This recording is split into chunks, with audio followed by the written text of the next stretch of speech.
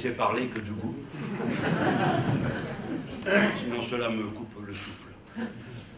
Merci monsieur Ali Serochni pour avoir accompli l'exercice difficile d'archéologie politique que vous venez de faire et pour m'accueillir aujourd'hui. En vous saluant, je salue toute votre équipe, cet établissement, les nombreuses personnes qui me font l'honneur d'avoir bien voulu se déplacer pour m'entendre. Je m'exprimerai en français, je m'en excuse, puisque je ne suis malheureusement pas en état de parler ni en arabe ni en berbère, le premier de ma famille qui ne parle ni l'une ni l'autre de ces deux langues. Je compte sur votre bienveillance pour accepter ce français que nous avons en usage commun et qui est notre langue aux uns et aux autres, qu'il arrive souvent que vous illustriez bien mieux que nous. Je me trouve à présent à Rabat, après être passé à Tunis, au lendemain du répugnant meurtre de M. Chokri Belaïd, qui, nous l'espérons tous, sera un moment terrible mais isolé. Le peuple tunisien manifeste une très grande maîtrise de soi et un niveau élevé de conscience politique et civique qui lui permet de passer à côté des pièges qui lui sont tendus, et parmi ceux-ci, le plus dramatique de tous, qui serait d'entrer dans le cycle de la violence, qui bien sûr dénaturerait mécaniquement le contenu de la révolution citoyenne qui s'y déroule. Puis je me suis trouvé à Alger à l'invitation de l'Institut français, et me voici aujourd'hui parmi vous.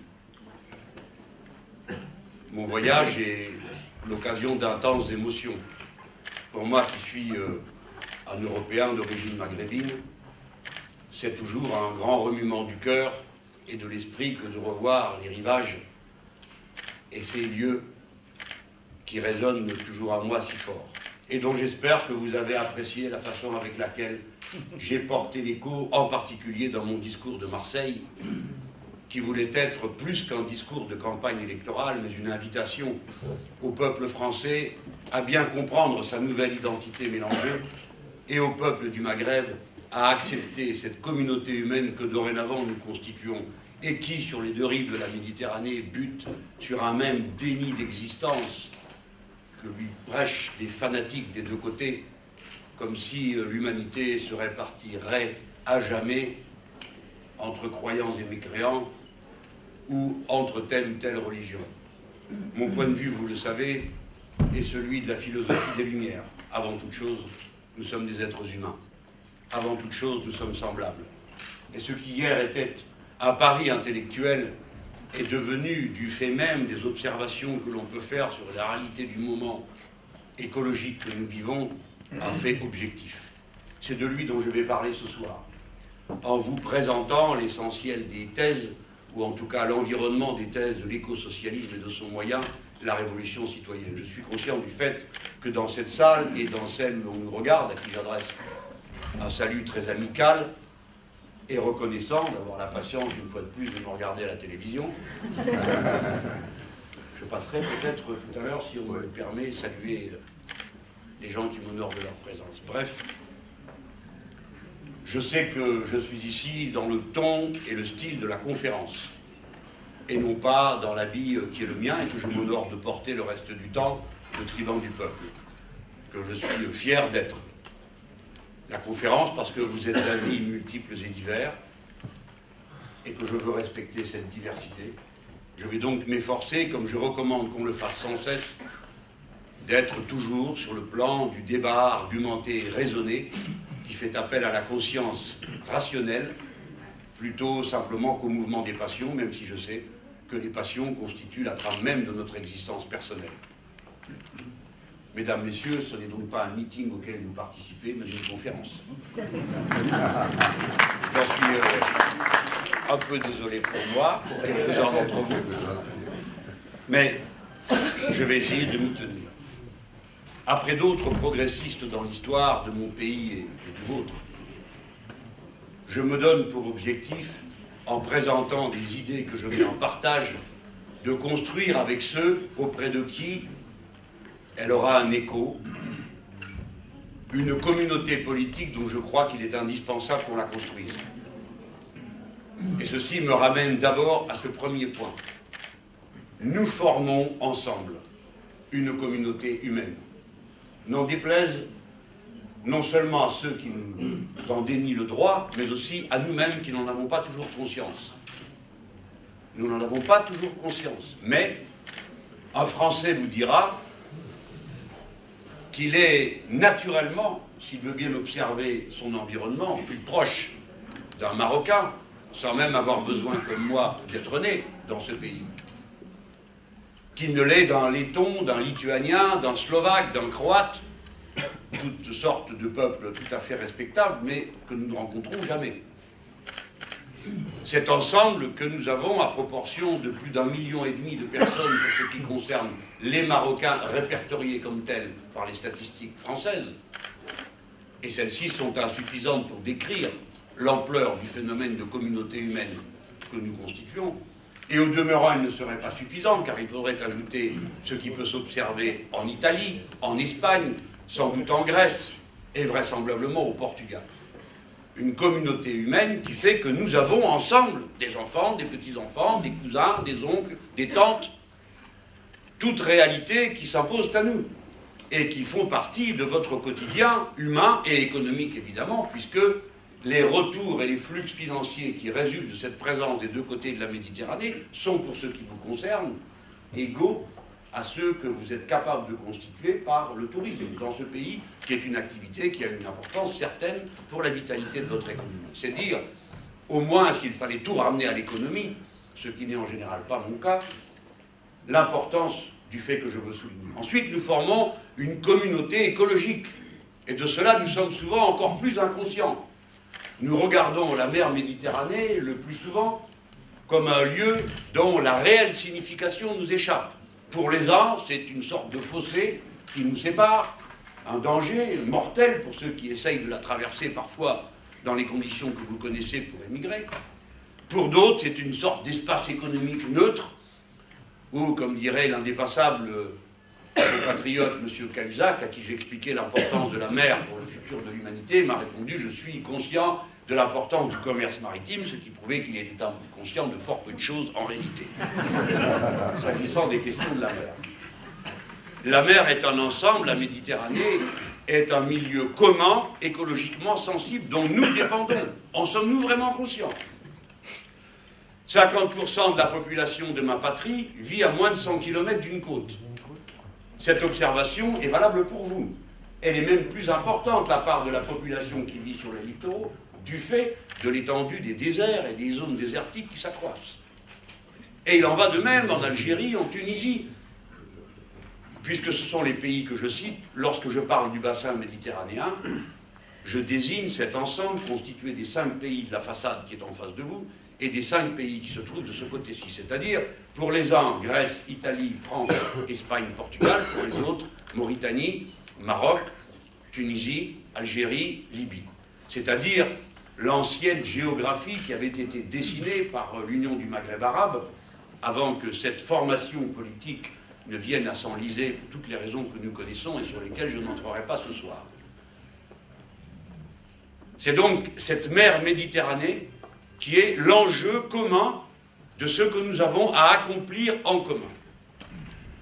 Étant donc reliés par une géographie qui nous implique, reliés par des rapports humains qui nous intriguent, nous ne formons pourtant pas une communauté politique si peu que ce soit. Pour l'instant, haut la main, ceux qui parviennent à nous séparer. Le but de mon action politique à cet instant est, en proposant des objets intellectuels mis en partage, de commencer à construire cette communauté politique, de mon point de vue, celui d'un progressiste, bien sûr, mais je suis certain que tous les esprits tolérants et ouverts, combien même ne partagent-ils pas mes vues, peuvent entrer au moins en commun accord sur cette idée que ça vaut la peine d'entreprendre la construction de cette communauté politique. Nous ne serions donc pas voués à nous tourner le dos, les uns dirigés vers l'Est et la construction de l'Union européenne, les autres voués absolument à n'avoir à regarder que vers le Sahel, en se détachant progressivement de cet ensemble humain que nous formons ensemble. Voilà ma prémisse, voilà mon entrée politique. Alors, c'est une bonne accroche, mais sans doute un peu excessif. C'est à peu près comme si je vous annonçais que j'avais l'intention de réinventer l'amour. Vous vous méfieriez. Vous auriez l'impression d'avoir des lumières suffisantes sur le sujet sans avoir besoin de moi. La politique est aussi naturelle à l'activité humaine que toutes les autres activités de la communauté humaine. Par contre, ce que je me propose de faire, oui, c'est d'aider, en m'exprimant comme je suis en train de le faire, à la réinvention du camp progressiste. Car si souvent, nous, les progressistes, les socialistes, cette longue histoire du socialisme historique, nous sommes capables de montrer du doigt ce qui ne va pas, à juste titre, chez nos adversaires et nos concurrents, il me semble que souvent nous n'avons pas fait les efforts supplémentaires pour penser l'action politique et les tâches qui sont les nôtres dans le nouveau contexte dans lequel nous évoluons. C'est de lui dont je veux vous parler en prenant le plus de hauteur possible de manière à dégager le plus grand nombre des espaces communs de réflexion entre nous tous, quelles que soient nos opinions politiques et nos engagements économiques. L'histoire, mesdames et messieurs, et vous, Marocains, devez le savoir plus que d'autres, puisque vous êtes ce peuple étrange dont 70% de la population a moins de 30 ans. Je dis étrange parce que pour nous, Européens, ce n'est pas la norme. Et puis, parce que l'adage qui dit « chaque génération est un peuple nouveau », alors vous venez de naître. C'est donc que les espaces intellectuels les plus amples s'ouvrent devant vous, puisque vous êtes à la fois héritier d'une tradition, mais que celle-ci ne vous surplombe pas au point d'en être écrasé, puisque vous êtes si jeune, si nouveau, et que votre responsabilité dans votre génération est si grande. Tâchons de nous poser la question suivante. Quoi de neuf dans le monde? Et alors, nous verrons que ce que nous avons sous le nez, nous ne l'avons pas vu. C'est ce que j'appelle les bifurcations. Je préfère le mot bifurcation au mot révolution ou au mot crise. Le mot crise est tellement utilisé, moi-même il me vient naturellement aux lèvres, qu'à la fin il ne veut plus rien dire. Dans l'idée de crise, il y a l'idée d'un équilibre rompu momentanément, mais dont on va rétablir les paramètres si bien qu'on reviendrait à l'équilibre antérieur. Mesdames et messieurs, de la crise dans laquelle nous sommes entrés, nous ne sortirons jamais dans les conditions dans lesquelles nous y sommes entrés. Le film ne se rembobinera jamais. Ce monde est fini. C'en est un autre qui commence. Ensuite, je préfère le mot bifurcation au mot révolution parce que celles-ci finissent par décrire un grand branle-bas, un tumulte dont on ne voit pas assez bien les logiques organisatrices et les principes auto-organisateurs. Souvent d'ailleurs, l'idée de révolution est surchargée d'une imagerie, d'instantané, d'un coup de force, d'une barricade permanente, qu'en réalité, les révolutions sont rarement. Je préfère le mot bifurcation parce que nous sommes ici dans une assemblée plutôt intellectuelle. Le mot bifurcation désigne ce qui se produit dans un système dit métastable, c'est-à-dire à la limite de l'équilibre, lorsqu'une modification, parfois infime, des conditions initiales de sa dynamique le perturbe. Pardon si je ne dis pas les choses aussi rigoureusement qu'un scientifique pourrait les dire, je suis qu'un philosophe. Mais on comprend bien ce que cela signifie. À paramètre constant, une modification des conditions initiales peut provoquer une transformation radicale de la trajectoire des événements. J'utilise une image qui n'est pas très heureuse, mais qui permet de se représenter cette affaire. Imaginons quelqu'un qui conduit un véhicule qui est lancé à toute vitesse et qu'une guêpe vient piquer. C'est une modification tout à fait infime des conditions générales de ce système dynamique. Mais pourtant, ses conséquences seront considérables. La trajectoire du véhicule va changer pour le meilleur ou pour le pire. En matière de véhicule, c'est souvent pour le pire. Mais chacun comprend ce que l'image veut dire. Alors, je veux vous parler de 3 grandes bifurcations qui se sont produites dans l'histoire humaine, sous nos yeux. La première et la plus élevée est ce que j'appelle la bifurcation anthropologique. L'anthropologie désigne la connaissance de la condition humaine. La connaissance de la condition humaine est un préalable à l'analyse politique. Les êtres humains, en tout cas c'est ce que pensent les matérialistes, dont je fais partie, n'ont pas de nature innée. Ils se construisent et se réalisent dans un univers culturel qui leur préexiste et qu'ils reconstruisent à leur tour. Comprendre les conditions culturelles, c'est-à-dire les normes, les principes sur lesquels s'organise la représentation de soi et des autres est fondamental pour comprendre l'espace dans lequel la politique évolue et le projet progressiste aura à se construire. Il y a une bifurcation anthropologique fondamentale qui s'est produite sous nos yeux. On a bien voulu rappeler tout à l'heure que j'étais né en 1951, ce qui fait de moi un ancêtre pour un certain nombre de gens dans cette salle, et je m'en réjouis. Je me réjouis d'avoir l'expérience, d'avoir connu ces événements, et donc de pouvoir les regarder en connaissant leur force. Quelle force! En 1950, il y avait 2,5 milliards d'habitants sur cette planète. Il y en a 7. La population humaine a donc un peu plus de 7, triplé. L'observation dans l'histoire profonde montre que chaque fois que l'humanité double, elle franchit un seuil dans sa façon d'être. C'est ainsi que le passage au néolithique, le passage à l'agriculture correspondent à chaque fois à des doublements de la population. Pourquoi? Parce que le nombre des êtres humains étant plus grand, leur interaction est plus grande, leurs connaissances se transmettent des uns aux autres de manière plus facile, et cette transmission augmente la quantité de savoir disponible. Le nombre, pour ceux qui sont brodéliens dans cette salle, il doit bien en avoir, est une donnée de l'histoire qu'il faut apprécier dans toute sa portée et sa signification. Nous serons bientôt 9 milliards. Nous serons tantôt 12 milliards. Tout ceci se réalisera dans la génération que vous connaîtrez, vous, mademoiselle, jeune homme, que moi je ne verrai peut-être pas, mais ce n'est pas sûr, dans la mesure où les progrès de l'homme bionique pourraient venir prendre le relais de ce que la nature ne saurait plus maintenir. Mais ce sont des quantités considérables d'êtres humains, dans un espace qui, lui, n'est pas extensible à proportion, et avec un niveau de ressources qui ne l'est pas non plus. Observez ce que cela peut signifier pour vous, Marocains. Vous n'étiez que 11 millions en 1950. Vous êtes 32 millions. Vous avez donc, vous aussi, triplé en nombre. Et cela modifie complètement les conditions dans lesquelles vous vivez, au moins sur un plan. C'est le deuxième élément de cette bifurcation anthropologique. C'est l'urbanisation du monde.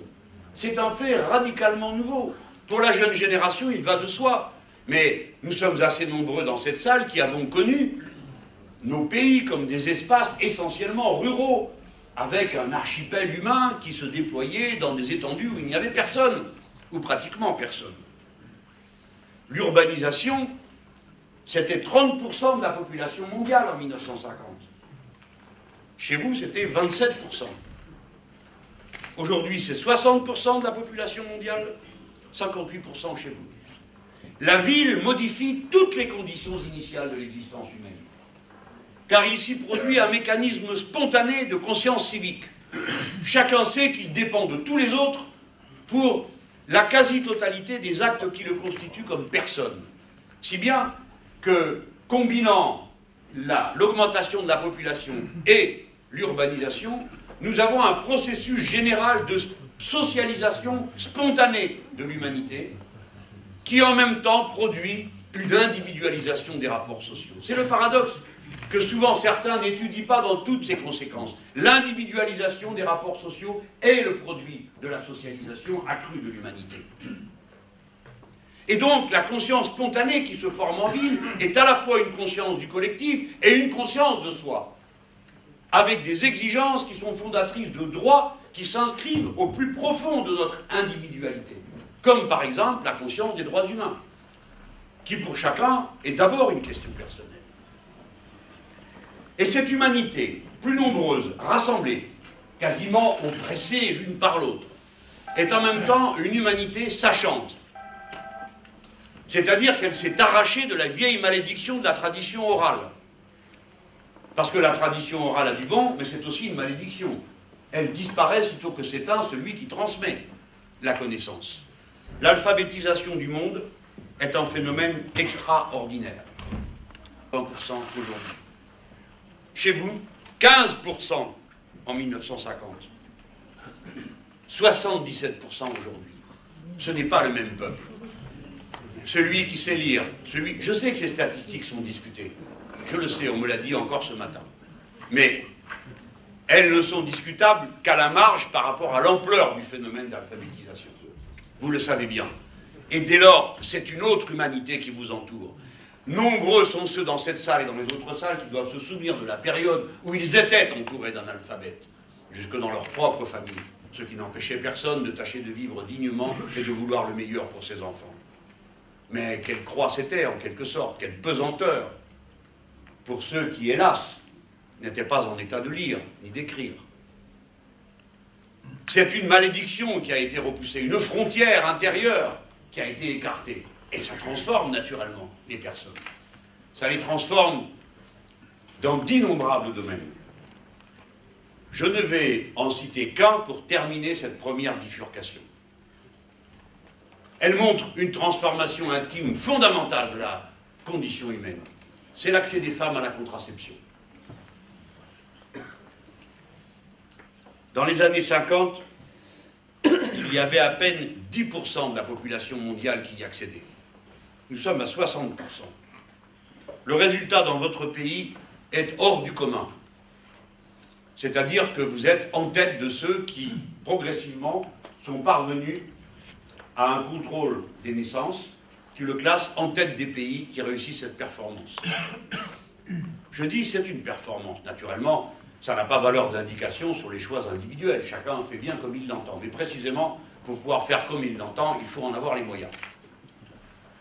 Et ceci change tout, car les maternités non désirées, les grossesses précoces qui chez vous sont remarquablement faibles, c'est-à-dire que vous êtes dans le peloton de tête de ceux qui maîtrisent le mieux ces questions entre l'âge de 15 et 19 ans. J'ai appris tout ça en préparant ma conférence de ce soir et j'en ai été tout à fait ébloui. Cela signifie un recul de la mortalité des femmes, un recul de la mortalité infantile, une capacité améliorée à accueillir la nouvelle génération, à l'éduquer, à l'instruire et à pourvoir à ses besoins. Ce sont des changements extrêmement importants et non pas à la marge. Mais aussi c'est un changement dans la représentation que nous avons de nous-mêmes. Et ce n'est pas une affaire qui concerne les femmes, c'est une affaire qui concerne les êtres humains en général. Car c'est pour la première fois que nous avons pu constater comment une aptitude biologique cessait d'être un destin social. Et que donc l'être humain se décrit autrement que dans ce type de détermination, oserais-je dire de servitude, ce n'est pas le bon mot car il s'agit quand même d'un bonheur, celui de faire des enfants, mais chacun entend bien ce que je veux dire. Ce sont des modifications fondamentales de la condition humaine. Et c'est à l'intérieur de ces modifications que la politique prend place. Il n'est pas possible de penser nos relations mutuelles, les projets politiques, sans tenir compte de tout ce que je viens d'indiquer, car cela produit mécaniquement, spontanément, des phénomènes politiques, qui sont la clé d'explication de bon nombre des phénomènes que nous observons, et en particulier des caractéristiques de ce que je nomme pour ma part la révolution citoyenne, que vous appellerez bien comme vous voudrez, mais qui, ayant commencé à un bout de l'univers, est en train de se propager, et est commencé dans le bassin méditerranéen, depuis les événements que vous avez connus, et qui, à leur façon, se prolongent politiquement. Je ne parle pas du Maroc, je n'ai pas l'intention de m'exprimer sur l'actualité marocaine, je me contenterai de désigner ce que tout le monde connaît, la situation en Tunisie. Donc vous savez très bien qu'elle est en connexion avec des processus profonds qui concernent le Maghreb tout entier. Et, c'est ma thèse, non seulement ce n'est pas un phénomène arabe, non seulement ce n'est pas un phénomène tunisien ou marocain ou algérien ou que sais-je, quoique cela se déroule dans des pays en particulier, parmi des peuples arabes et berbères, mais ce sont des processus qui témoignent de ces modifications et qui ont une signification universelle. Les revendications qui ont été présentées n'avaient rien d'arabe, ni même de spécialement connoté à telle ou telle culture. Éducation, santé, droit de vivre dignement de son salaire, liberté individuelle, ce ne sont pas des revendications nationales, ce sont des revendications universelles. Et en cela, elles établissent cette supra-communauté des êtres humains. C'est pourquoi, dans mon esprit, ce qui s'est observé sur cette façade maghrébine n'est pas autre chose que le commencement d'un processus qui va embraser la totalité du bassin méditerranéen.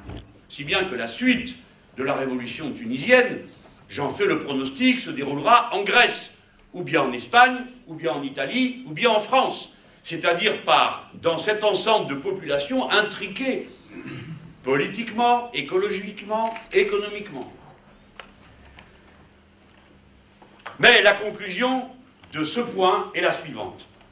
Socialisation des rapports humains et personnalisation des rapports sociaux marchent du même pas. D'aucuns, vous voyez le mot que j'ai employé, j'ai parlé de personnalisation. Il y a un personnalisme spontané qui résulte de ces modifications anthropologiques. Je viens sur une seconde bifurcation, très importante, c'est la bifurcation écologique. Celle-ci n'est pas évaluée à sa juste place, notamment par les progressistes. Je ne parle pas des autres, je parle de ma famille politique. Il y a une tendance à considérer que la question écologique est un chapitre du programme, est une donnée importante, mais qu'on rajoute après les autres. Non, elle est au point de départ. Elle est au point de départ, elle est au point d'arrivée. C'est elle qui nous permet non seulement de réorganiser notre pensée sur le monde, mais nos activités humaines, économiques, sociales. Le redéploiement de l'humanité se fera sur les bases de sa responsabilité écologique, ou bien il n'y aura plus d'humanité. Car tout de même, il serait temps de se rendre compte que l'écosystème, le seul dans lequel la vie humaine est possible, je ne dis pas la vie des cafards ou des fourmis, dont les porte-paroles sauront bien se débrouiller le moment venu. Mais nous, les êtres humains, il n'y a qu'un seul écosystème compatible avec notre vie, avec nos débats. Par conséquent, la conservation, la préservation de cet écosystème est la question centrale. Est-il menacé? Mais oui, et au moins pour une raison, le changement climatique. Je sais bien qu'il y a une dispute parmi les scientifiques pour savoir si celui-ci résulte de cycles longs de transformation du climat, avec des variations de paramètres qui peuvent faire qu'on ait des changements du tout au tout. Parce que le climat est par-dessus tout un système instable. Et d'autres pensent que c'est directement relié à l'activité humaine. Nous avons au moins une certitude. C'est qu'en toute hypothèse, l'activité humaine a un impact sur le climat. Un impact notamment lié au mode de ressources énergétiques auxquelles nous recourons. Écoutez, c'est la Banque mondiale qui vous le dit. Alors, ce n'est pas une association philanthropique, la Banque mondiale. Elle se soucie fort peu du sort des poissons, des oiseaux et même de vous. Vous avez eu l'occasion d'en connaître, de l'indifférence de la Banque mondiale aux réalités humaines. Elle-même fait des pronostics basés sur un réchauffement de la température de 2 à 4 degrés d'ici l'année 2100. Alors, 2 à 4 degrés, il y a des esprits superficiels pour se réjouir du fait qu'il fera plus chaud. Et c'est mal connaître la conséquence d'un tel réchauffement, qui pourrait se traduire très rapidement par une nouvelle ère glaciaire, dans la mesure où, en faisant fondre les glaciers, on augmente la masse de la mer, qui elle-même pèse davantage sur les masses de gaz qui sont retenues au fond des océans, qui seraient libérées dans l'atmosphère. Si bien que vous n'aurez pas une évolution linéaire de l'état du climat, mais une évolution stochastique, avec des phénomènes de pic et de recul. Je ne veux pas vous effrayer, hein, mais je préfère vous prévenir, on ne pourrait pas dire qu'on ne vous l'a pas dit. En toute hypothèse, ça signifie une élévation de 50 cm du niveau des mers. Regardez ce qu'il se passe au Maroc, avec une élévation du niveau de la mer de 50 cm. Sachant que 70% de vos installations économiques sont sur le littoral, vous avez une idée de ce que cela implique. Autrement dit, nous devons réfléchir aux mutations écologiques, non seulement du point de vue de ce qu'elles transforment de notre environnement dans lequel la vie humaine est compatible, mais l'impact avec notre actuelle organisation de la vie économique et de l'augmentation de notre nombre. Pour prendre un exemple tragique, je dirais que lorsqu'il se produit un tsunami, c'est un phénomène auquel personne ne peut rien et qui a toujours existé de tout temps. Mais c'est une chose qu'un tsunami provoque une vague qui balaye des cabanes de pêcheurs et une autre que le même tsunami balaye 4 centrales nucléaires. Les conséquences écologiques et les conséquences géopolitiques ne sont pas du tout du même ordre. C'est de cette façon qu'il faut penser le futur, c'est-à-dire toujours dans l'articulation qu'il y a entre les décisions que nous prenons et leur impact sur notre environnement. Tout autre raisonnement est condamné d'avance parce qu'il est irresponsable socialement et humainement. Les autres phénomènes, vous les connaissez, vous mieux que d'autres, c'est l'extension de la désertification. C'est l'étape actuelle. Enfin, nous pouvons dire que nous, en mer Méditerranée, nous avons plus spécialement à nous préoccuper de ce qui se passe. La population a augmenté de 50% en 30 ans autour de cette mer. Nous sommes maintenant près un peu plus de 430 millions de riverains. C'est un fait sans précédent dans l'histoire de l'humanité, de cet endroit du monde où tant de choses sont nées. Plus de 30% des villes qui bordent la côte n'ont aucun réseau d'assainissement qui en épargne la mer. 70% de la population concernée par ce pourtour ne sont pas raccordés à un réseau d'assainissement. Voilà les faits. Et le fait connexe, c'est qu'il faut 100 ans pour renouveler la totalité de la mer Méditerranée du fait de sa connexion avec l'océan Atlantique. Plusieurs milliards d'objets plastiques, indestructibles presque, flottent dans cette mer et polluent toute la chaîne alimentaire. Le temps du sursaut de la responsabilité est venu. Et c'est de cette façon que je positionne les idées politiques.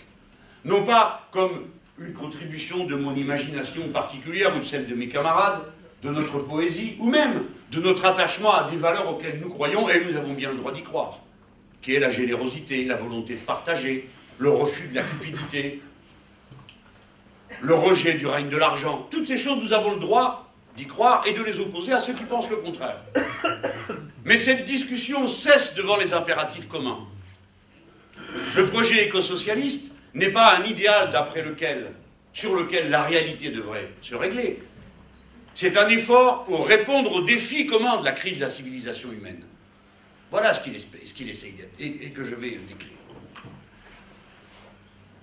Enfin, la dernière bifurcation, elle est économique. Là, nous sommes dans une école de management, par conséquent, peut-être ces choses vous sont-elles plus familières.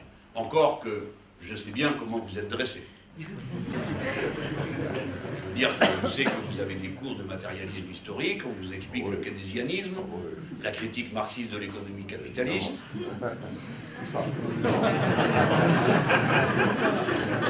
Non, bien sûr. C'est pas l'objet, vous me direz.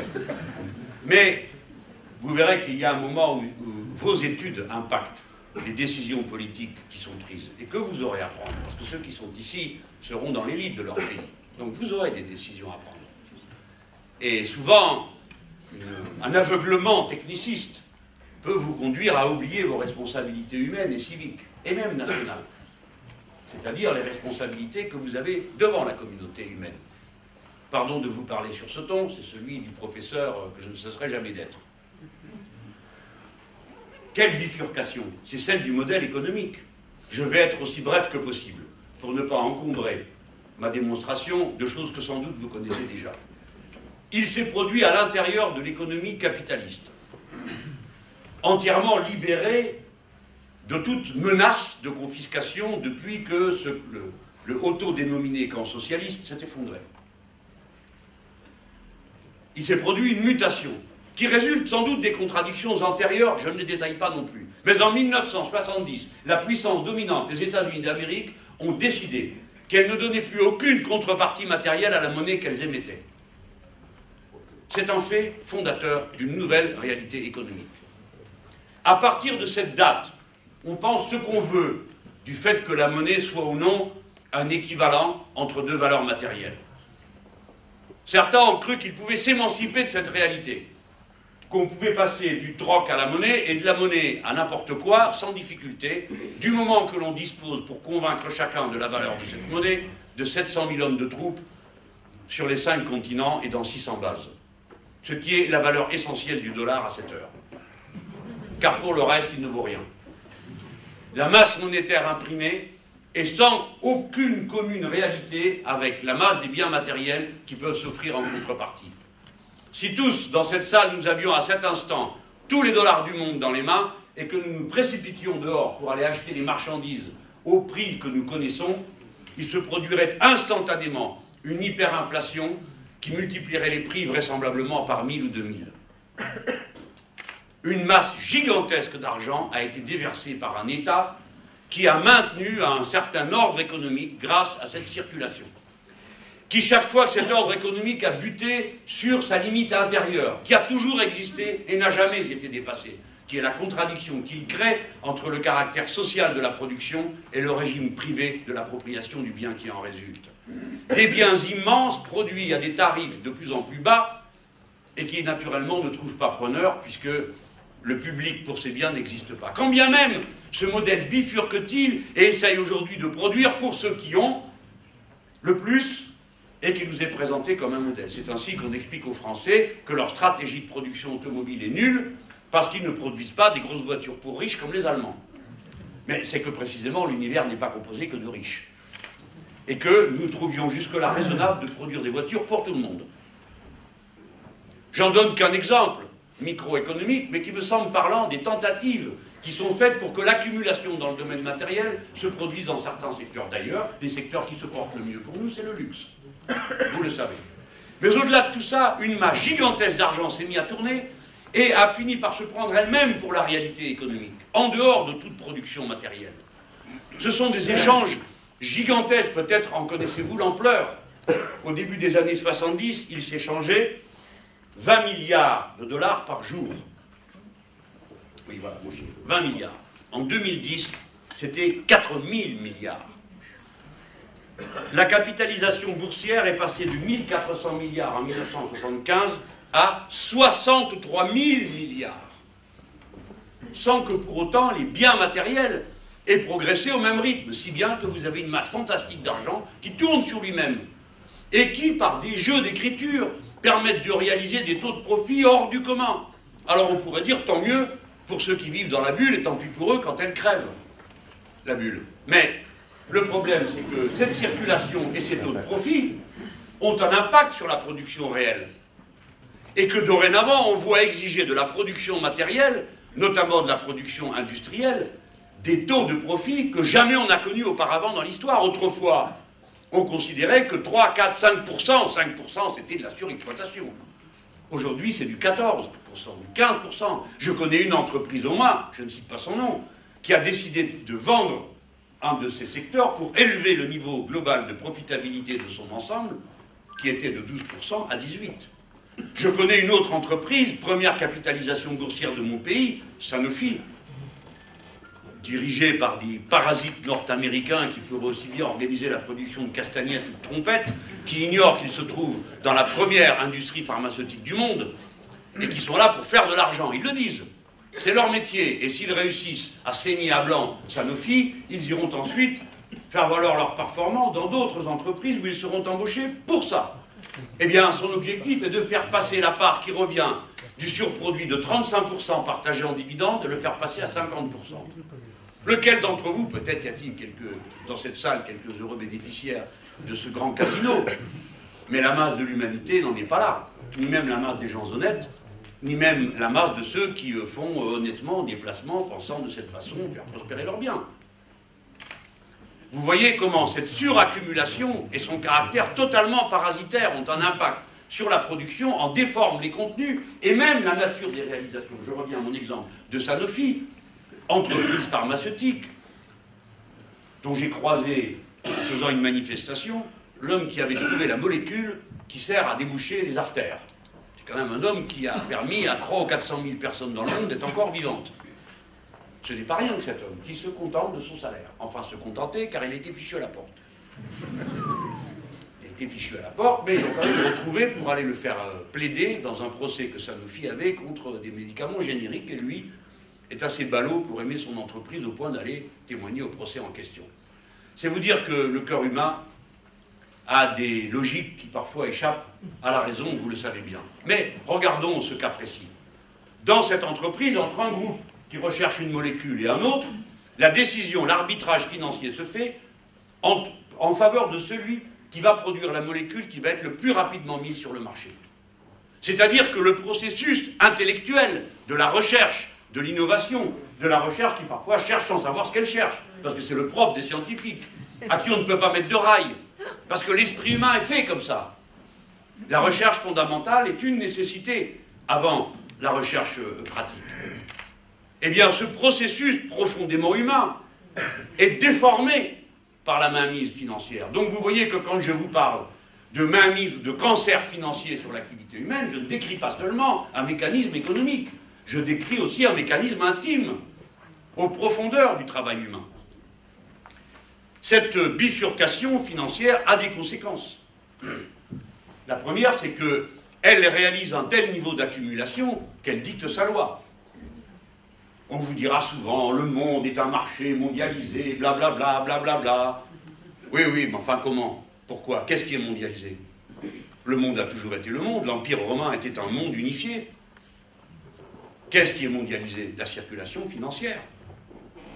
L'information, oui, mais c'est une conséquence des conditions dans lesquelles l'argent a pu établir ses propres canaux de diffusion, qui fait que le moindre d'entre nous, pour le moindre de ces actes, je ne sais pas où on en est d'utilisation parmi vous des cartes bancaires, mais l'univers entier est dans un même filet de bits qui, au bout du compte, remonte à une concentration où se traite par informatique, à la nanoseconde, des ordres de bourse. Vous ne le savez peut-être pas, mais les Français ont décidé de déplacer une partie de leurs ordinateurs à Londres pour qu'on ne perde pas la nanoseconde pour passer les ordres. C'est ça le monde dans lequel nous vivons. Et ces machines passent les ordres automatiquement. Si bien que nous avons eu déjà 2 fois un bug, où il a fallu arrêter le système parce qu'il s'effondrait. Sans aucune raison matérielle, sans aucune raison économique objectivement constatable. Vous voyez donc que c'est une bifurcation. Jamais l'activité humaine n'a été dominée par une sphère qui avait sa propre autonomie par-dessus toutes les autres préoccupations humaines. L'économie a jusque-là toujours été en quelque sorte dirigée par des besoins, des attentes. Pardon de vous dire que s'il y a une économie de l'offre, il y a surtout une économie de la demande dans la vie humaine. Et cette humanité soumise à cette norme extérieure, je l'ai dit tout à l'heure, est une humanité hautement socialisée. Par conséquent, elle est consciente de cela. Tout à l'heure, j'ai oublié parmi les faits que je vous ai cités, quand je parlais de l'alphabétisation, de la socialisation croissante, les connexions Internet. Enfin, 30% de l'humanité est connectée du matin au soir si elle le souhaite. C'est énorme, c'est un fait sans précédent. Et dans ces 30%, je livre ce point à votre réflexion, il n'y a que 37% des contenus qui sont en anglais. Ce qui veut dire que le renversement de l'ordre du monde que nous observons et qui est imminent, c'est-à-dire le jour où la Chine va passer devant les États-Unis d'Amérique, mécaniquement, même si elle ne le souhaite pas, alors sa production et ses échanges seront le prêteur et l'emprunteur en dernier recours. Ce qui signifie que la hiérarchie des puissances va changer et que se manifestera ce fait que le dollar ne vaut que ce que vous croyez qu'il vaut. C'est un fait géopolitique qui vient en accompagnement des autres faits que nous constatons. Où est la production essentielle d'ordinateurs, de véhicules, de tous les moyens modernes, là-bas en Asie. Et d'ailleurs, c'est eux qui produisent l'essentiel, l'écrasante majorité des films et des musiques, ce que nous ne savons pas souvent sur nos rivages. Voilà les grandes bifurcations. Toutes mettent en cause la nature de la civilisation humaine dans laquelle nous sommes. Et j'ai dit, je n'utiliserai pas le mot crise, mais il est certain que l'ordre du monde connu, y compris celui que nous avons sous les yeux aujourd'hui, dominé par l'argent, dominé par cette circulation financière mondiale, cet ordre-là va cesser. On ne sait pas quand, on ne sait pas à quelle vitesse, on ne sait pas de quelle façon, mais il va cesser. Il est absurde, il est fou. Et vous autres qui faites du management, vous devrez rectifier vos méthodes. D'abord parce que d'autres choses seront demandées de vous. Vous avez une responsabilité, le management n'est pas en soi d'un bord ou de l'autre. C'est une méthode d'organisation de quoi? Du collectif humain au travail. Et donc la société est en droit d'avoir des exigences à cet égard. Moi j'en ai une, je ne supporte plus que les entreprises soient gérées avec du benchmarking tous les 3 mois. C'est le contraire d'une capacité à prévoir une stratégie industrielle. La conséquence, je la connais. Lorsque les taux de profit ne sont pas réalisés en 3 mois, on licencie. Et puis ensuite, on réembauche. Quand il y a une demande et que le carnet de commandes augmente. C'est ce qu'on appelle le flux tendu. Mais ce management par la peur, ce management par l'absurde et le benchmarking trimestriel entre en contradiction avec le développement de la capacité productive humaine à laquelle je crois moi, qui se construit plus facilement dans la sécurité et le long terme que dans le court terme et la peur. Ce sont là 2 doctrines différentes de l'organisation du travail. Moi, je demande qu'on y réfléchisse, au moins qu'on se rende compte qu'un certain ordre de conduite du collectif humain productif contient une vision idéologique et politique, et qui n'est que faussement technique, qui n'est que faussement impartial, il n'est que faussement rationnel. Il ne l'est, je veux dire, que dans certains points de vue. J'appelle à cette réflexion, en particulier, les élèves de ces écoles qui, naturellement, doivent mener ces réflexions en secret, car ça ne leur vaudra pas beaucoup de points aux examens. Mais, comme être humain, comme jeunes gens qui avaient la chance de bénéficier d'une formation et d'une éducation, quel que soit votre bord politique, quels que soient vos a priori et vos préjugés aujourd'hui, réfléchissez-y en termes de responsabilité sociale prise devant le collectif. Alors, c'est comme ça que je pose des problèmes et que je viens sur le projet éco-socialiste. Le projet éco-socialiste, pour ceux qui sont de gauche dans la salle et qui ont toujours la crainte que nos fondamentaux soient bradés au hasard d'une innovation idéologique, je vais vous le résumer pour vous montrer comment il inclut, en le contextualisant, l'essentiel du corps de pensée progressiste. L'écosocialisme dit, comme je vous l'ai expliqué tout à l'heure, qu'il n'est pas une idée sur laquelle le réel devrait se régler. Il est une réponse au défi du réel. Il doit donc être critiqué comme tel. Est-il adapté ou ne l'est-il pas pour répondre aux problèmes concrets qu'il soulève? Le voici résumé en quelques mots. Premièrement, il n'y a qu'un seul écosystème compatible avec la vie humaine. Par conséquent, il est fondé que nous sommes tous semblables. Et par conséquent, égaux en droit. Pour ceux qui aiment l'histoire des idées, vous vous apercevrez que sur le point numéro 1, il n'y a qu'un seul écosystème compatible avec la vie humaine.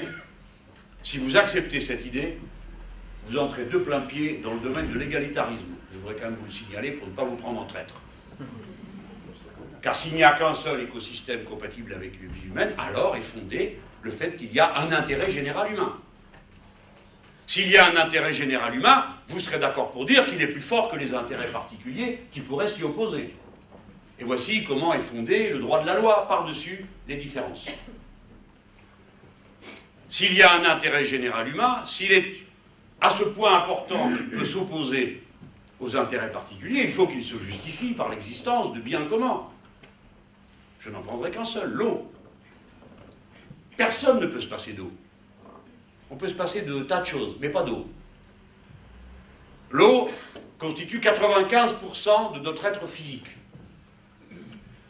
L'eau représente 70% de la surface du globe, avec les mers et les océans. Sans eau potable, point de vie. Donc l'eau est un bien commun. Acceptons-nous qu'elle soit appropriée de façon privée? C'est une discussion qui peut avoir lieu, mais qui trouvera vite une limite. Est-ce que cette appropriation privée de la production de l'eau potable, de son extraction et de la circulation, justifie que certains, n'ayant pas les moyens d'y accéder, aient à s'en passer? Naturellement, non. Par conséquent, vous voyez bien que l'existence de biens communs fonde des droits inaliénables à l'accès gratuit à ces biens. Autrement dit, à l'accès pris en charge par la société, car l'eau doit être produite. Il faut l'extraire, il faut l'amener, il faut la purifier, il faut la nettoyer. Il y a un coût à la gestion humaine de l'eau. Je prends cet exemple, sans entrer plus dans le détail, que pour vous indiquer l'ordre de raisonnement dans lequel, à partir de là, va se construire l'écosocialisme. Je reviens à l'énoncé de ces conditions fondamentales. Donc il n'y a qu'un seul écosystème humain, donc il y a un intérêt général humain. Comment pouvons-nous le connaître? Eh bien, en discutant. Et nous pouvons en discuter pour prendre les bonnes décisions que sous l'égide de la liberté. C'est-à-dire que nous ne pouvons pas être intelligents collectivement si les uns dominent les autres. Si l'homme domine la femme, comment elle pourrait-elle donner un avis libre? Si le riche domine le pauvre et menace son pain quotidien, comment le pauvre pourrait-il donner librement son avis? On voit que l'intérêt général humain et la nécessité de le discerner fondent l'exigence de la liberté et de la démocratie. Voici comment le maillon suivant s'enchaîne. Et cette démocratie ne peut pas être chacun dit ce qui est bon pour lui. Mais chacun doit dire ce qui est bon pour tous. Voilà pourquoi l'écosocialisme n'est pas seulement un discours sur la nécessité de la démocratie, mais un appel à la formulation d'une conscience civique commune, d'une conscience humaine commune. Tant et si bien que nous pouvons décrire l'écosocialisme comme un humanisme global et total. puisqu'il est fondé avant toute chose sur la mutuelle responsabilité des êtres humains les uns en direction des autres.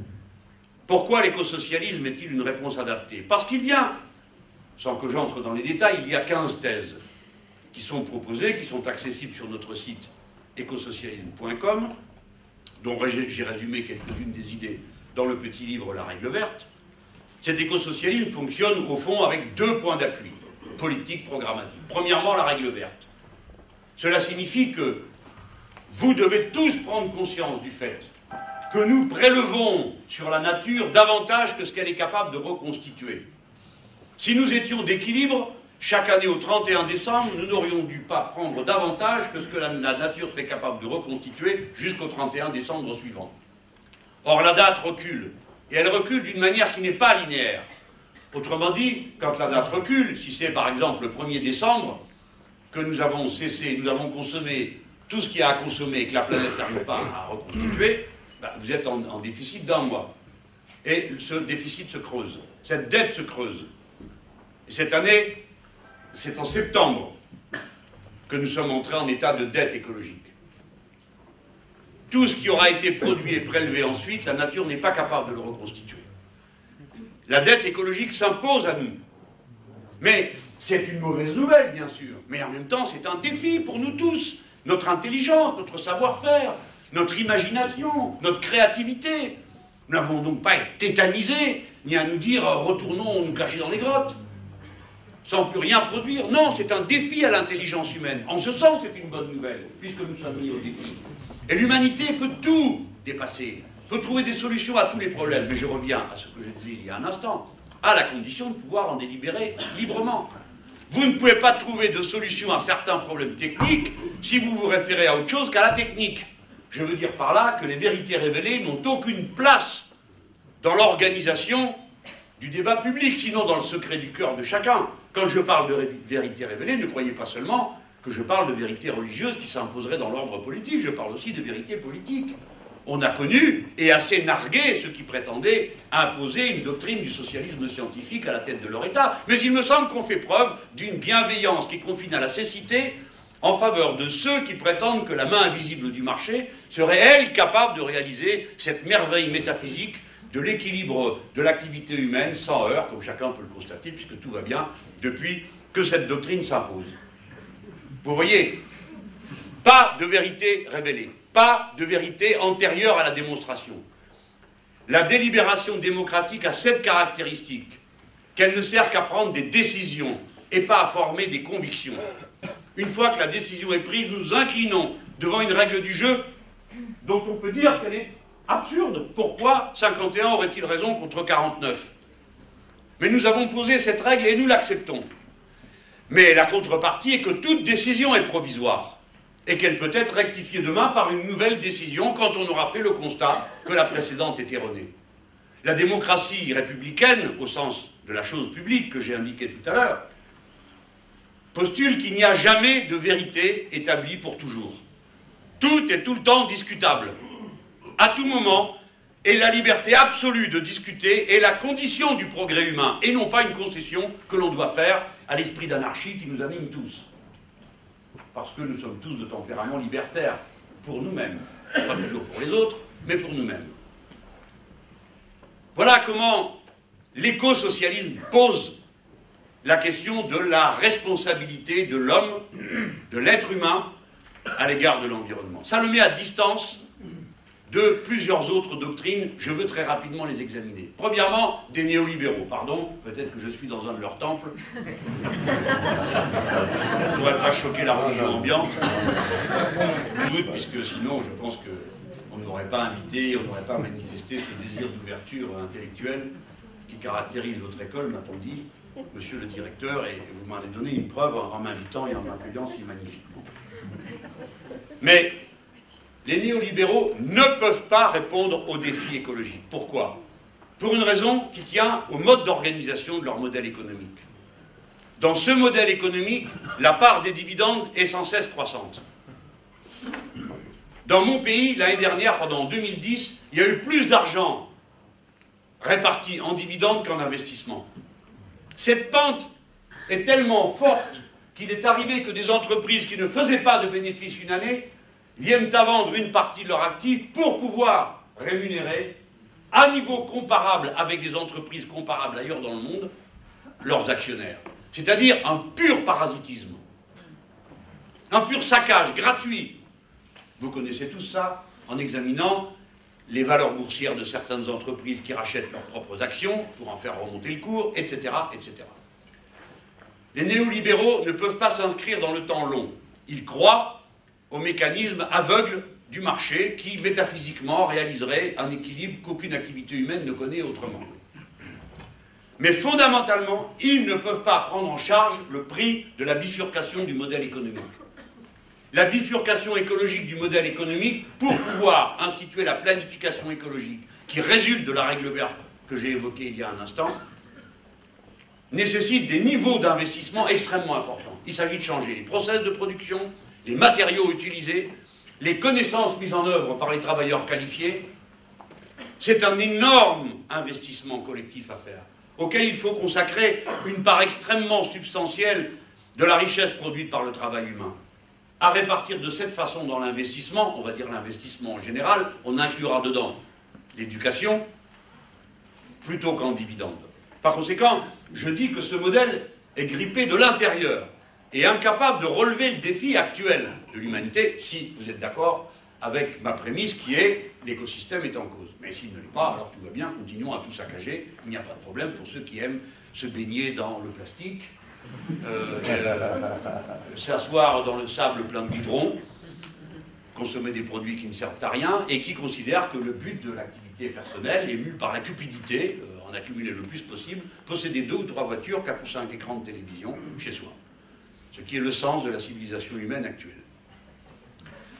Donc, voilà pour les néolibéraux. Arrivent mes amis, les socialistes, ou supposez-t-elle, que je nomme plus confortablement les sociolibéraux, parce que j'ai connu l'évolution de leur vision du monde. Mon propos n'est pas, devant vous en tout cas, de régler des comptes. Je veux juste expliquer pourquoi, de mon point de vue, leur mécanisme intellectuel est en panne. Pour 2 raisons. La première est qu'ils fonctionnent sur la politique de l'offre. En France, vous avez tous pu le constater, c'est le sens du discours du président de la République, François Hollande, en novembre dernier.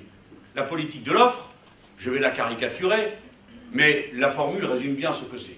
Produire n'importe quoi, n'importe comment, n'importe où, du moment qu'on en vend beaucoup, au plus bas prix possible. Et avec le plus fort taux de rendement, de profit. La politique de l'offre n'a rien à voir avec les fondamentaux de la gauche jusqu'à présent, qui a toujours été une politique de la demande, c'est-à-dire de la satisfaction des besoins humains constatés, dont le besoin est constaté. Éducation, santé, etc., etc. Jamais nous ne sommes partis d'une politique de l'offre. Jamais. C'est un fait sans précédent dans l'histoire du mouvement des idées. Ben, il n'a pas commencé en France. Il a commencé chez M. Blair, ensuite il a continué par M. Schröder, il s'est terminé dans la pantalonnade de M.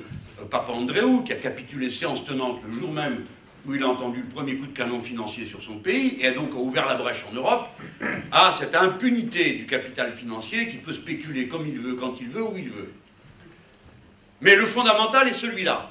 Donc le mouvement dit social-démocrate, en réalité social-libéral, part d'une politique qui est le contraire de celle qu'appelle l'écosocialisme et l'importance de préserver l'écosystème. Parce que pour la préservation de l'écosystème, on ne produit pas n'importe quoi, n'importe où, n'importe comment, pourvu que ce soit au plus bas prix. Et la question n'est pas de renforcer, comme ils le croient, d'une manière totalement idéalisée, totalement abstraite, favoriser ce qu'ils appellent la compétitivité, c'est-à-dire la rentabilité et les taux de profit des placements qui sont opérés, parce que non, contrairement à ce que dit M. Schmitt dans les années 70, c'était encore vrai, les profits d'aujourd'hui ne sont pas les investissements de demain. Et encore moins les emplois d'après-demain. Les profits d'aujourd'hui sont les placements financiers de demain qui détruisent les emplois d'aujourd'hui, d'hier et d'après-demain.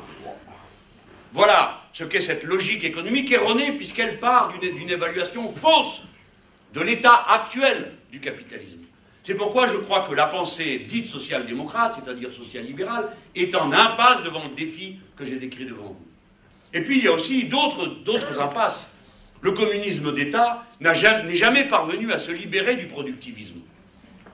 C'est quand même dans les pays des autodénominés camps socialistes qu'on a épuisé la mer d'Aral pour cultiver le riz et le coton.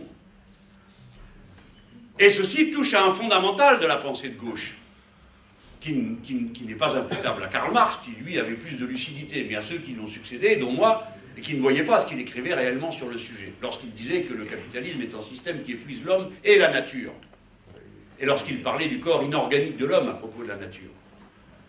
Mais il y avait cette vision dans le socialisme, jusqu'à une date très récente, et encore à présent, que le socialisme, au fond, c'est le développement des forces productives, de manière à répondre à tous les besoins, mais on ne porte pas d'appréciation sur les besoins. On compte sur le fait que ça s'arrange, et que l'appétit ne soit pas trop aigu. Mais nous savons tous que le besoin, une fois satisfait, en crée de nouveau. Le communisme d'État n'a pas été capable, non seulement d'accomplir son objectif, mais surtout de rompre avec la logique productiviste.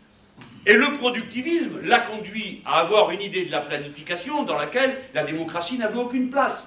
Parce qu'il fallait que la raison technique qui organise le développement des forces productives s'imposât à tout autre raisonnement. Je vous fais grâce naturellement des batailles de caste qui ont pu se livrer sur ce sujet, mais il faut voir la trajectoire générale. Et enfin, le dernier système que l'écosocialisme écarte, c'est l'écologie environnementaliste. C'est-à-dire qui fait comme s'il n'y avait ni rapport de force dans la société, ni classe sociale se disputant l'appropriation de la richesse produite.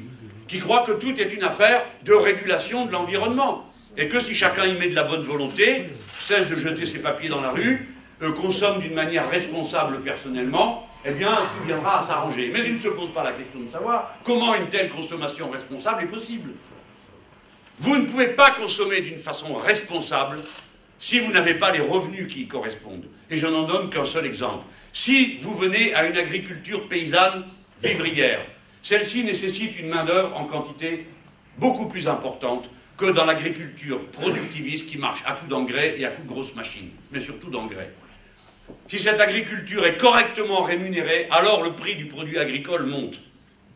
Et si le prix du produit agricole monte, ce qui se constate aujourd'hui dans la supposée agriculture biologique qui nous est servie dans les grandes villes, et qui n'atteint que les gens qui ont les revenus suffisants pour pouvoir se le procurer. Autrement dit, le bien manger est réservé à certains, et la malbouffe à tous les autres. Mais vous ne pouvez pas changer ces comportements individuels si vous ne donnez pas aux gens les moyens de leur responsabilité, c'est-à-dire des salaires décents. Mais les salaires décents, c'est une autre organisation de la répartition de la richesse. Et donc, c'est une question sociale. L'écologie ne peut pas être dissociée de la question sociale. C'est une seule et même question. Les comportements des êtres humains sont déterminés par leurs relations sociales et le niveau de ces relations. Donc, voilà les 4 doctrines par rapport auxquelles l'écosocialisme se démarque. Maintenant, il faut que j'aille à ma conclusion sur la méthode. Je ne voudrais pas répandre ici une illusion sur le système que j'ai eu l'honneur de présenter devant vous. Ce n'est pas une affaire qui se réglera rationnellement. Si l'humanité était capable de régler ses problèmes rationnellement, nous serions déjà quasiment au paradis. Mais l'humanité est traversée d'intérêts contradictoires, et chacun a la faiblesse de penser que son intérêt personnel a une portée générale, et qu'il doit le défendre. Nous avons toujours connu ça. Les êtres humains sont comme ça. Et c'est folie de vouloir à toute force empêcher que cela s'exprime. Par conséquent, il faut faire avec. Mais une ère nouvelle est commencée.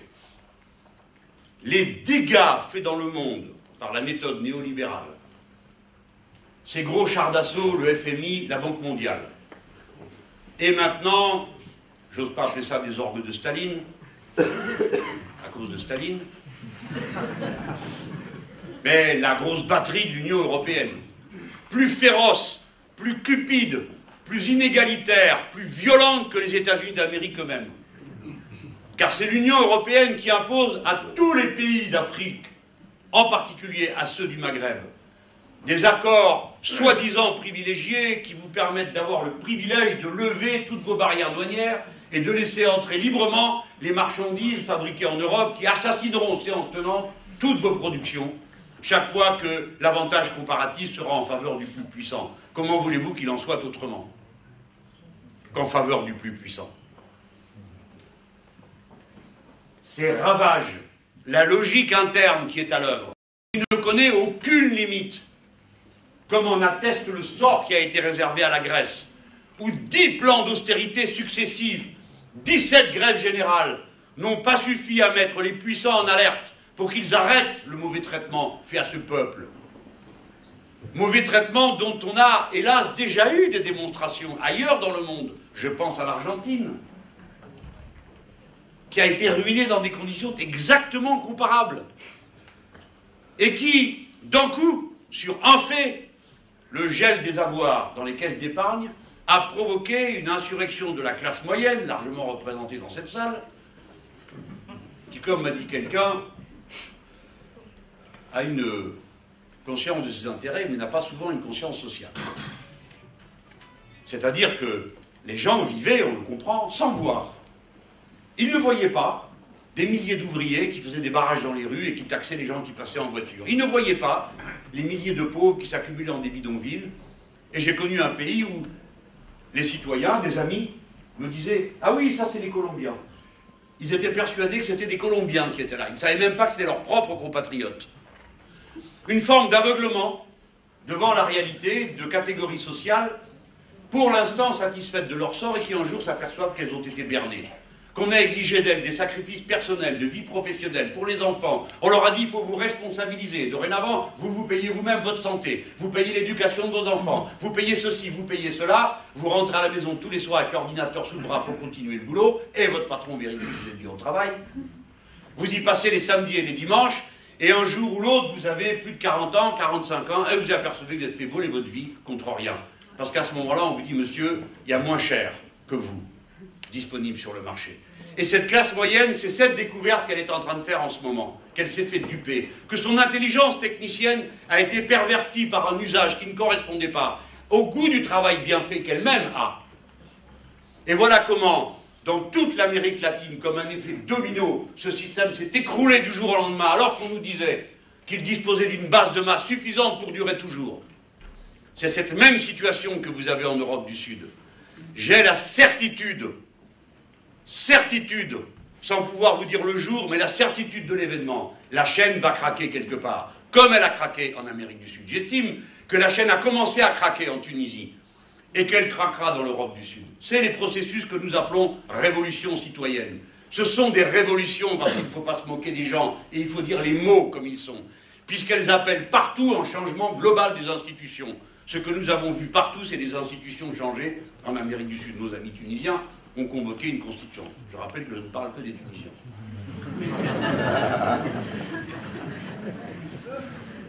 C'est un phénomène nouveau politiquement. Pourquoi? Parce que ce sont les révolutions de la période d'après le mur de Berlin et après le monde de Yalta.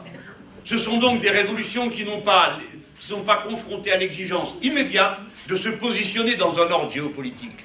Comme l'étaient toutes les révolutions du monde de Yalta. Sitôt qu'elles se déclenchaient, il fallait choisir Est ou Ouest. Et en général, comme l'Ouest ne voulait pas entendre parler de révolution, les gens devaient choisir l'Est et tout ce qui allait avec. Dont ils ne voulaient pas toujours. Nos révolutions dorénavant sont libres. C'est-à-dire que les peuples peuvent inventer chacun, à leur manière, leur propre trajectoire. Et on observe alors, spontanément, quelles sont les convergences de ces trajectoires. Voilà la caractéristique de la révolution citoyenne. C'est un processus et non pas un jour J. La révolution citoyenne est commencée dans des tas de pays, parce que son symptôme numéro 1, c'est la désertion politique des masses à l'égard des institutions et à l'égard des partis politiques. C'est-à-dire que d'élection en élection, vous constatez des abstentions géantes. Et toute la bien-pensance de la Terre se déchaîne en disant les gens sont fatigués d'aller voter, ou bien ça ne les a pas intéressés, ou bien on ne les a pas assez amusés. C'est-à-dire qu'ils continuent à insulter l'intelligence collective qui fait que si les gens ne vont pas voter, c'est parce qu'ils pensent que ça ne sert à rien. Et que ça, c'est le plus terrible arrêt de mort qui est rendu contre un système institutionnel, c'est le moment où les gens pensent que même les élections ne servent à rien. Et ce phénomène, nous l'avons constaté, et je le constate dans mon pays, où les taux d'abstention battent des records d'élection en élection. Et à un certain moment, vous avez des très forts taux de participation. C'est l'élection présidentielle, parce que chez nous, elles semblent tout résumer. Mais immédiatement après, en lieu des législatives, nous perdons en route la moitié des électeurs. Ou plus exactement, pour nous, la moitié. Parce que les nôtres se désintéressent de ce qui se passe ensuite. Mais où l'abstention double en l'espace d'un mois et demi. Et ainsi de suite. Désertion des institutions politiques, disqualification des pouvoirs politiques et des partis. délégitimation de la société elle-même, c'est-à-dire que dans l'esprit profond du peuple se produit cette idée que tout ça, ça ne marche pas, que ce sont des valeurs de pacotille. Ça change complètement par rapport à la période où chacun de vos gosses et vous-même, vous pensez que demain sera meilleur. Le jour où vous commencez à vous dire demain ne sera pas meilleur, c'est donc que le système ne marche pas. Parce que c'est une aspiration spontanée du cœur humain qu'il faut que demain ça aille mieux, pour soi, pour ses gosses surtout. On pense aux autres d'habitude. C'est comme ça que ça se passe sous toutes les latitudes. Lorsque ce ressort de confiance dans la dynamique du système est cassé, alors le système roule à l'abîme. C'est ce que nous avons sous les yeux. Ce sont ça les éléments de la révolution citoyenne. Ça n'est donc pas quelque chose que j'appelle de mes voeux, je l'appelle de mes voeux. C'est quelque chose qui se constate objectivement, qui se déclenche tout seul. Il n'y a pas de chef d'orchestre, il n'y a pas de complot, il n'y a pas d'international de la révolution citoyenne pour l'instant. Il y a une réalité qui se déclenche mécaniquement et qui est le résultat de tout ce que je vous ai décrit auparavant. À commencer par vous qui avez changé tous et qui avez une conscience individuelle beaucoup plus forte que la génération précédente et encore plus que celle d'avant. Qui vous pensez être héritier de droits personnels auxquels d'autres avant peut-être auraient renoncé, mais pas vous. C'est comme ça que ça se passe. C'est un produit mécanique avec ses propres formes d'auto-organisation. Assemblée citoyenne, collectif de ceci. Dans mon pays se produit un tel mécanisme d'auto-appropriation de son destin que là où se trouvent les endroits les plus sensibles de la société actuellement, et peut-être que vous ne vous en rendez pas compte, j'allais dire mes chers compatriotes, c'est que dans les événements qui se déroulent en France sont marqués par une caractéristique tout à fait nouvelle. Les luttes sociales ont lieu dans le secteur privé, alors que jusque-là, elles avaient lieu dans le secteur public. Et dans ces luttes du secteur privé, pour le maintien du gagne-pain, on voit une image de la révolution citoyenne. Pourquoi? Parce que les travailleurs, entreprise par entreprise, quelle que soit la nature de ces entreprises, je veux dire une raffinerie comme Petroplus, une usine de papier comme Emreal, une usine qui produit le thé éléphant. Ce sont des catégories de production très différentes, mais aussi la sidérurgie. Et combien d'autres entreprises? Que se passe-t-il? Dans toutes ces entreprises, les travailleurs qui se mobilisent pour défendre leur outil de production, tous proposent un autre plan de production à contenu écologique parfois très fort, parfois central. C'est une caractéristique qui montre comment cette classe ouvrière dont on disait qu'elle n'existait plus, à travers ces ouvriers hautement qualifiés et ouvrières, ingénieurs, cadres, tous ceux qui fusionnent dans ces sortes de batailles, mettent en avant des revendications qui font d'eux la classe écologique, la classe d'intérêt général, premièrement. Deuxièmement, lorsque les patrons, pour une raison ou pour une autre, décident qu'ils ne s'intéressent pas à la suite de la production, je pense à M. Mittal, qui est un tigre de papier dérisoire, que nous aurions pu dompter avec un simple coup de fouet pour le faire rentrer à la niche. Parce que quand on a Moody's sur le dos, pour ses taux d'emprunt, et qu'on est membre de la banque que vous connaissez, on n'a pas de si grande capacité de résistance que ça. Enfin bon, chacun se fait l'idée qu'il veut des rapports de force dans la société. Mais ce type de capitaliste n'a rien d'impressionnant, je vous le garantis, si vous examinez les comptes de son entreprise. Bref, dans toutes ces entreprises, la nouveauté, c'est que les travailleurs, maintenant, en viennent à dire, eh bien, allez-vous-en, nous savons faire sans vous. Et ils proposent de constituer des coopératives. Alors, pour ceux qui ne sont pas de mon bord politique, tout ça paraîtra être des extravagances, mais je vous prie d'y réfléchir. Hein. C'est contagieux, ce genre d'habitude.